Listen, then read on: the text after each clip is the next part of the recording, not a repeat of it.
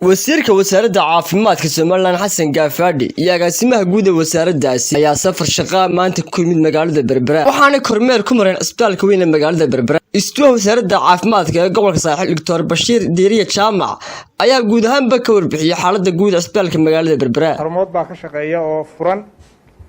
ilaa iyo 9 ambalaas baa shaqeeya hooyada iyo dhallaanka waa la keenaa isbitaalada adeeg bilaash bay helaan iyo qalliinkuba iyo carruurta yaryar xarumaha kale caafimaadku iyaguna mar walba waxay ka shaqeeyaan oo ay ka shaqeeyaan u adeegaan waxa ugu horeeya waa hooyada iyo dhallaanka iyagu marka horeba waa adeeg lacag la'aan ah xaaladda covid waa xaalad iyaduna qaranka oo dhan haysata dagaalan badan baa la galay alxamdulillah mishiinkii lagu baadhayayna uu shaqeeyaa si wanaagsan buu u shaqeeyaa oxygen-tiina way inoo taallaa iyadoo dhammaystiran yahaamaheed taabto horumarka isbitaalka iminka ku soo ugu cusbaa ugu dhawaa waxa weeye lacagtii baarlamaanku uu siiyay ee la siin jiray xisbiyada ee loo qaybiyo isbitaalada waxa noo socday oo agaasimaha guud noogu yimi annagoo budgetka gelinay isbitaalka dushiisa roobku kama dii jirin berigi hore kuma badnayn Berbera laakiin ma sha Allah wuu ku batay dabeedna dhismayowgii hore ayaa keenay dhibaato marka waxaan goosanay inaan isbitaalka oo dhan ka bedelo dhinaca kale iyagu waxa halkaasi ka hadlay maamulka dawladda hoose Berbera iyo gudoomiyaha gobolka Saaxil waxaana warbixin dhinaca caafimaadka ka siiyeen wasiirka xog waraysiga oo degmaduna ay ka qaybahay dawladda hoose maamulka dawladda hoosena marka horeba wuxuu qayb libaax leh ka qaataa taageerida wasaaradda caafimaadka oo marka aanu dhinacyo badan saameyn kaga leenahay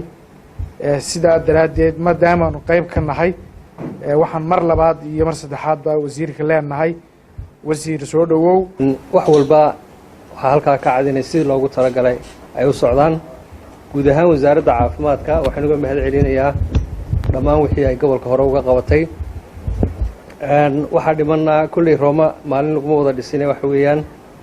wixii dhimanaa insha Allah ugu dambeyntii iyagu waxa halkaasi ka hadlay agaasimaha guud ee wasaaradda caafimaadka iyo wasiir Xasan Gaafadhi waxaana si weyn ugu mahadnaqeen maamulka caafimaadka ee gobolka Saaxil waxaana sheegeen in wax badan laga qabtay goobaha caafimaad ee gobolka Saaxil oo mashaariicdii shayn programka ayuu gobolku ka mid ahaa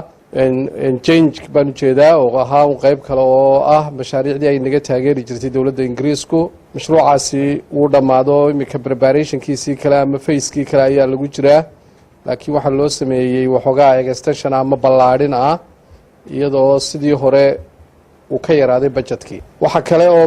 gobolkani caan ku yahay taageerada ay dawladda hoose ka geysato gaar ahaan health-boosiyada iyo guud ahaanba caafimaadka oo isagana runtii caafimaadka wax weyn ku soo kordhiyay